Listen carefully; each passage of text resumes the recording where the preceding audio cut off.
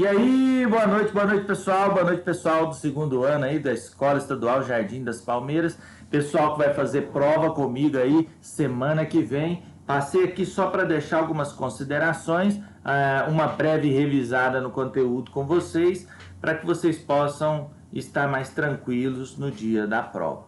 Bom, pessoal, nós iremos tratar sobre matéria. Então, matéria, como nós já vimos lá, matéria é tudo que tem massa e ocupa lugar no espaço, bem tranquilo. O que isso quer dizer, professor? Bom, quer dizer que tudo que seu olho consegue ver e o que não consegue é constituído de matéria. Matéria seria exatamente a quantidade, os agregados que vão se juntando ali para formar um objeto, um ente qualquer coisa que exista no mundo. Então, mas quando fala tudo que tem massa, pensa na massa de um bolo, na massa de uma coxinha, na massa de um salgado. Massa, aquele amontoado de partículas que é palpável, aquilo é chamado de massa, tá bom? E a massa é medida em quilogramas, tá? Quilogramas, gramas, beleza? Então é isso, é exatamente sobre isso que se trata. É a quantidade de partículas palpável que um determinado corpo tem, tangível, alcançável. Então isso aí é a massa, tá bom? E ocupa lugar no espaço? Bom, pensa você que eu coloco dentro do meu bolso uma quantidade X de balinhas. Nós suponhamos que eu coloque R$5 de balinha no meu bolso. Meu bolso vai ficar bem cheio. Eu consigo pegar mais R$5 de balinha e colocar dentro do meu bolso, no lugar daquelas que eu já tenho? Não. Aquelas são aquelas. Eu vou ter que arrumar um outro bolso, se eu quiser colocar. Beleza? Isso quer dizer que o espaço ocupado pelas primeiras balinhas não está disponível para outras balinhas. Ou seja, um corpo não ocupa o mesmo lugar no espaço. Tá bom? Então, cada corpo tem o seu lugar para ocupar. Bom, continuando aí a nossa matéria, então essa matéria, esses agregados, eles se apresentarão para a gente na natureza em basicamente 3 estados, que é o estado sólido, líquido e gasoso. Notem vocês que o estado sólido, líquido e gasoso diz respeito à proximidade das partículas, dos agregados que compõem. Então, se eu tiver um recipiente com bolinhas bem próximas umas das outras, bem pertinhas, bem coladinhas, eu vou falar que essa matéria está no estado sólido, porque eles estão tão próximos que eles não têm espaço para se mexer, tá? Então eles não vão para lugar nenhum. Isso possibilita o estado de solidez, tá? Sólido porque é imóvel, não mexe, não vai para lugar nenhum. E eu classifico isso como estado de sólido. Bom, se eu for empregando temperatura nesse material, ou se eu for empregando uma determinada pressão, então se eu alterar a pressão ou temperatura desse material, notem vocês que esse material vai mudando de estado. Por quê? Porque as partículas que compõem ele começam a se distanciar, tá? E uma vez distanciando, eu vou quebrar essa rigidez que existe. Então, ele já não vai ser mais sólido. Ele passa do estado de sólido para o estado líquido. Então, eu vou chamar essa matéria de estado líquido. Por quê? Porque as moléculas estão ligeiramente afastadas umas das outras. E isso proporciona uma fluidez, uma certa maleabilidade. Então, o estado agora é líquido. Tranquilo? Bom, se eu tiver um sistema onde as moléculas estão, as partículas, os agregados estão totalmente afastados uns dos outros, eu vou chamar esse sistema de estado gasoso. Porque no estado gasoso, as moléculas estão totalmente afastadas umas das outras. Aqui, ó, você nota pela atmosfera. Aqui está cheio de partículas, cheio de gás, tá? Mas as moléculas estão tão distantes umas das outras que você não consegue palpar elas, tá? Tangir. Então, o estado parece que não tem nada, mas está cheio de partículas aqui. Tranquilo? Então, eu vou chamar isso de estado gasoso. Bom, existem alguns nomes que vocês precisam saber para que vocês possam se lembrar. A mudança de estado de sólido para o estado líquido é fusão, tá? Como se eu estivesse fundindo uma peça de metal, uma barra de ferro, uma barra de chocolate, ou seja, eu estou derretendo isso. Quando eu pego a forma de gelo lá na geladeira, coloco do lado de fora, passo um pouquinho, ela se funde. Por quê? Porque ela passou do estado de sólido para o estado líquido. Então, gente, a passagem do estado líquido para o estado de vapor ou estado de gás, eu tenho que ter uma certa atenção para isso, tá? Por quê? Vapor e gás são coisas distintas, porque os gases já existem no estado gasoso. E agora, tornar algo no estado gasoso ou estado de vapor é diferente. Por exemplo, quando eu tenho uma roupa molhada e eu coloco essa roupa no varal para secar, ou então pela evapotranspiração das plantas, é um processo natural que acontece, a superfície dos oceanos, rios, mares e lagos aí, esse é um estado de evaporação natural, tá? A água está evaporando e indo embora de forma natural. Agora já, quando eu coloco uma panela no fogo para fazer um café, a água entra em estado de ebulição, tá? Então ela começa a ebulir, por quê? Porque eu provoquei esse fenômeno. Eu aumentei a temperatura e provoquei a passagem do estado líquido para o estado de vapor, tá bom? Então é só ter essa atenção. No caso, pessoal, existem também as mudanças de estado de gasoso para líquido, tá? Que eu vou chamar de condensação. Um exemplo aí que a gente tem é quando você está no carro, no tempo de frio, e começa a surgir gotículas de água no vidro. Está todo mundo aí respirando lá dentro, então esse ar está quente, em contato com a superfície fria ali, e acaba condensando e virando água, tá? Líquido. Outro exemplo que a gente pode usar, você pega uma garrafa muito gelada lá no congelador e coloca ela lá em cima da mesa. Dali a pouco você vai observar que existe água em volta da garrafa. Ou seja, aquele ar atmosférico que rodeou a garrafa ali passou do estado de vapor para líquido. Agora a mudança de estado de líquido para sólido é muito simples, né? Você pega a água e coloca na forminha de gelo, põe lá no congelador.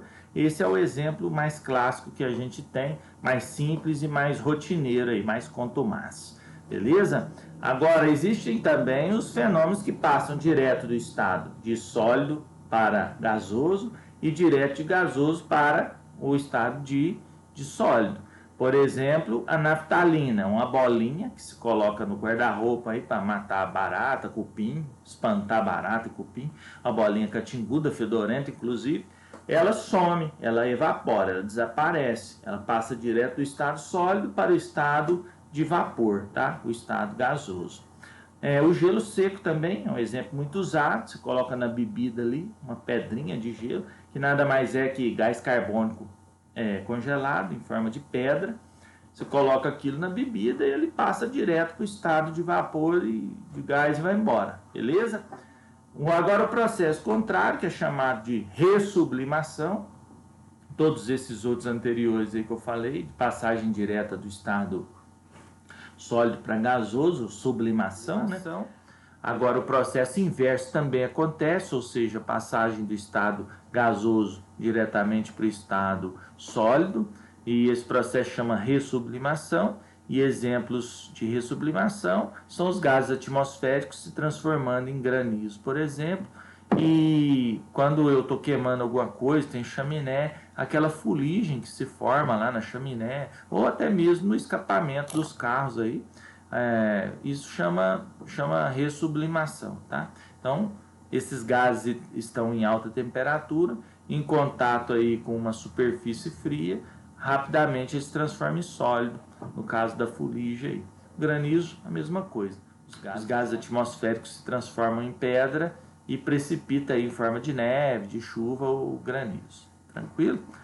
Bom, continuando aqui, as diferenças que nós teremos entre fenômeno físico e fenômeno químico são que o fenômeno físico ele vai alterar apenas a forma, tá? Ele é estético, ele vai alterar a forma, mas não altera a intimidade, a composição estrutural, química da substância, não, do elemento. Como, por exemplo, nós teremos aí uma barra de ferro que eu amassar, por exemplo, isso trata-se de um fenômeno físico. Se eu pegar uma latinha e amassar, rasgar ela, é um fenômeno físico. Um ovo que eu quebrar é um fenômeno físico.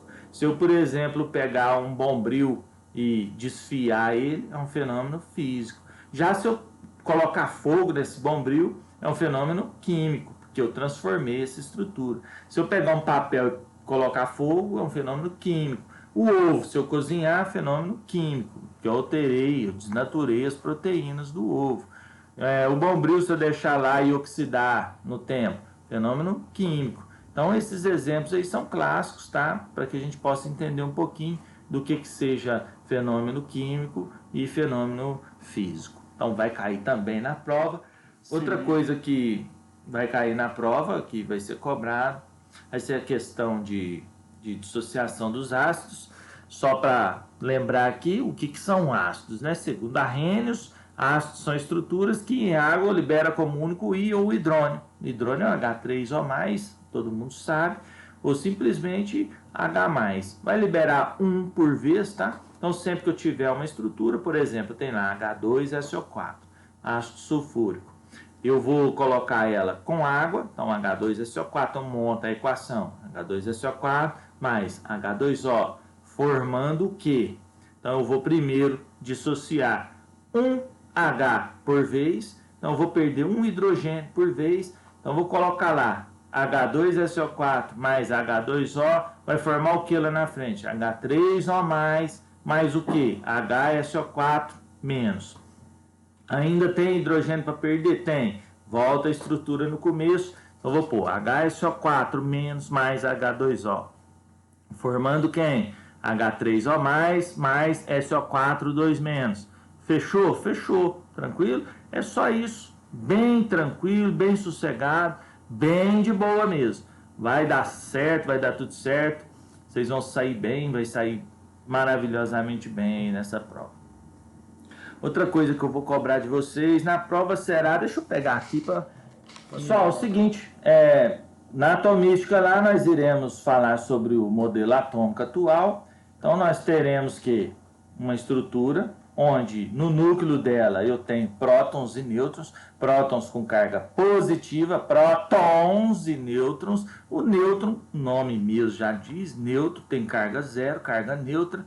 E os elétrons, elétron, lembra do acento agudo, do E do elétron, é carga negativa. Todo elétron tem carga negativa. Então, elétron, próton, positivo, beleza? No núcleo eu terei prótons e nêutrons. Ali em volta do núcleo, que é a eletrosfera, eu terei o elétron orbitando ali, circulando ali em volta. Então, se cair alguma coisa como um modelo atômico, vocês põem nome, núcleo, prótons e nêutrons, e ali na eletrosfera, o elétron que fica ali orbitando o núcleo. Tudo muito tranquilo, muito simples. Vamos lá, tabela periódica. Se cair alguma coisa de tabela periódica, saibam vocês, eu tenho um elemento, o número inteiro, que eu tenho Z inteiro, diz respeito ao número atômico desse elemento da tabela periódica.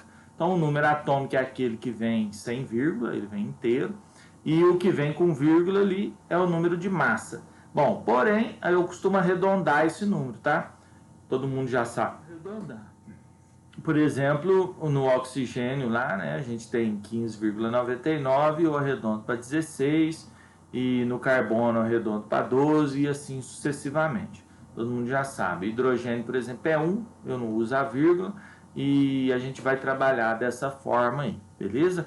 Só lembrando, as formulazinhas que a gente tem, Z, que é número atômico, é igual ao número de prótons, que é igual ao número de elétrons. Então, o número atômico do elemento ele é determinado pela quantidade de prótons que esse átomo contém, tá?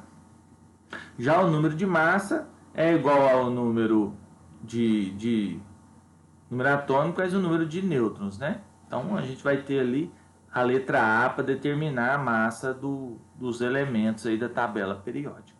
Então, bom, pessoal, vamos lá. O que é ciência, né?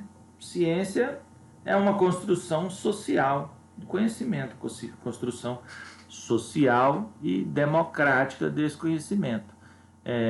No caso, a gente vai levar em conta a sociedade, tá? Então, vai observar a dinâmica social e vai observar também o bem-estar social e a sustentabilidade do meio ambiente para fazer ciência de forma consciente.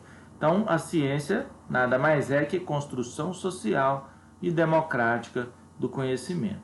Nessa esteira vem a química. Química seria o quê? Uma ciência que vai estudar a matéria, suas transformações e a energia envolvida nessas transformações da matéria aí. Bom, eu vou perguntar também para vocês o que seria energia. Energia é tudo que possibilita ao ente realização de trabalho. Então a energia é isso, tá? Energia é tudo que possibilita ao ente, ao objeto, à matéria, realização de trabalho. Isso é energia. Tranquilo? Tranks? Então, vamos lá. Deixa eu ver o que vai cair aqui mais. Gente, vamos lá. Distribuição eletrônica dos elementos químicos. Então, vamos lá. Deixa eu fazer aqui uma pequena revisão com vocês sobre distribuição eletrônica. Eu vou pegar um quadro aqui para me auxiliar, beleza? Então, nós vamos utilizar esse quadrinho aqui para que a gente possa fazer essa distribuição eletrônica aqui. Bom, eu vou dar uma chegadinha para cá, gente, ó, só para não atrapalhar vocês aí a visualização. Mas vamos pensar na seguinte estrutura aqui, ó. Vocês lembram que na tabela periódica eu tenho camada K, L, M, N, O, P e Q, né? Então eu tenho a camada K, L, M, N, O, P, Q, eu vou chamar de 1, 2, 3, 4, 5, 6 e 7. Tranquilo até aqui? Beleza. Bom, eu sei que A1 tem 1, A2 tem 2, A3 tem 3, A4 tem 4, A5 tem 4 também, A6 tem 3, que é a metade, e A7 tem 2. Então eu vou falar que A1 tem 1, 2, 3, 4, 4, 3, 2, beleza? Então vai ser assim que eu vou distribuir esses orbitais aqui. Então isso aqui diz respeito aos subníveis de energia, tá? Então que eu tenho S, SP, SPD, SPDF, SPDF, SPD e SP. Tranquilo até aqui? Beleza. São Paulo derrota Flamengo. São Paulo derrota Flamengo. Vamos lá. Olha só. O S, número máximo de elétrons no subnível S é 2. No P é 6, tá? No D é 10. E no F, 14. Número máximo de elétrons. Suponhamos que eu vá distribuir isso aqui eletronicamente. Pessoal, eu não sei direito o sentido dessas setas, né? O que eu faço para memorizar mais fácil? Gente, a única maneira que eu vejo de memorizar isso aqui mais fácil é passando a vara no filho da puta. Ó, FDP, filho da puta. Passou a vara no filho da puta, chegou aqui. O resto vem paralelo aqui, ó. FDP. DPS. DPS. PS. PS. S. S. Agora eu sei a ordem das setas, tá? Então, a única maneira que eu achei para não esquecer seria essa. Mil perdões aí se eu ofendi alguém, mas é mais fácil de memorizar assim. Bom, então vamos lá. Vamos distribuir, por exemplo, o potássio. Vamos trabalhar com potássio. Potássio, tabela periódica, potássio vai ter número atômico 19, né? Número atômico do potássio é igual a 19. Então, 19 é o número atômico do potássio. Vamos distribuir isso aqui para a gente ver como é que fica. Então, vamos lá. Potássio, eu preciso que tenha 19, né? Elétrons, não é isso? Então, eu vou distribuir isso aqui eletronicamente dentro dos subníveis. Bom, subnível K, o máximo de elétrons é 2. Então, eu tenho aqui 1s2. 1s2, seguindo a seta. 1s2, cheguei no final? Cheguei. Para onde eu vou agora? Para a próxima seta. A próxima seta é essa. Então, eu pego no começo da próxima seta. 2s2. 1s2, 2s2. 2s2 chegou ao fim? Chegou. Eu vou para a próxima seta. A próxima seta é aqui? Não, lá no comecinho dela. O comecinho dela é P6. O que? 2P6.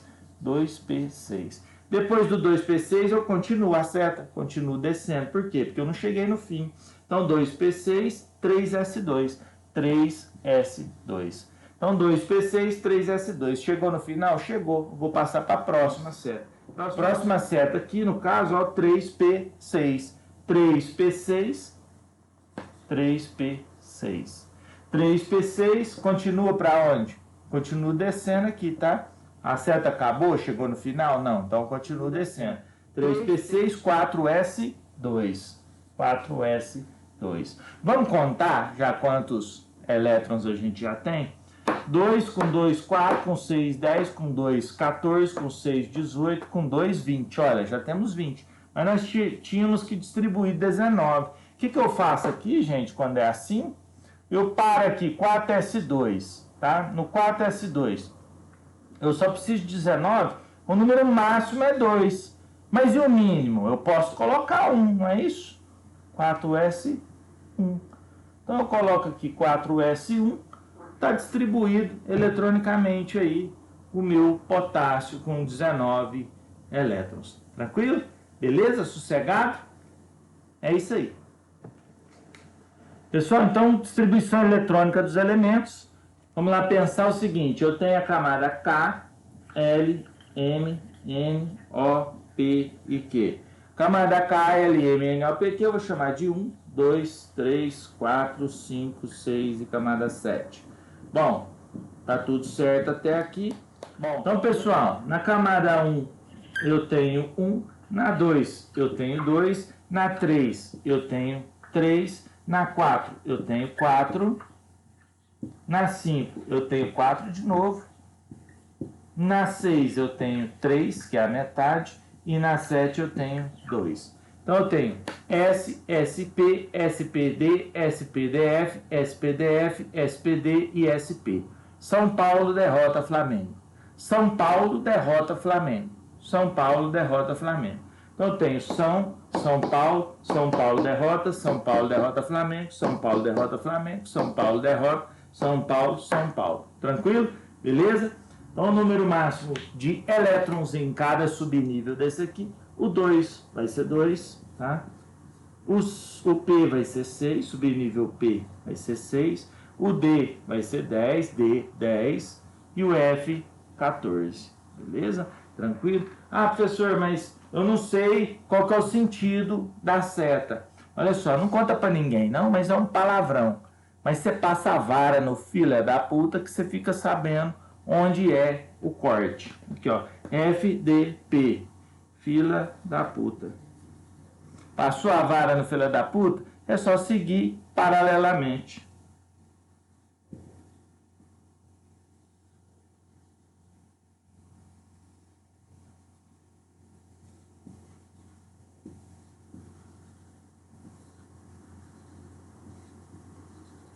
Tranquilo? Tranquilo? Calmo, sereno? Vamos fazer a distribuição eletrônica aqui do potássio 19, tá? Então, sentido da seta aqui, 1S2. 1S2, primeiro subnível. Acabou a seta? Passo para o próximo. 2S2. Acabou a seta? Acabou. Passo para o próximo. 2P6. 2P6. Passo para o próximo? Não. Por quê? Porque não acabou a seta. Eu continuo descendo. 2P6, 3S2. 3S2. Acabou a seta? Acabou. Passo para a próxima. Então, a próxima é 3P6. 3P6, 3P6. 3P6 acabou? Não. Continuo. 4S2. 4S2. Bom, quantos eu já tenho aqui? Vamos contar? 2, 4, 10, 12, 18, 20. Ah, mas eu tinha que distribuir só 19. Então, o que eu faço aqui? Máxima. Lembra que a quantidade máxima de elétrons no subnível S é 2. Essa é a máxima. Mas a mínima pode ser a quantidade que eu necessitar. Então, eu corto aqui e coloco 1, tá? Para dar 19.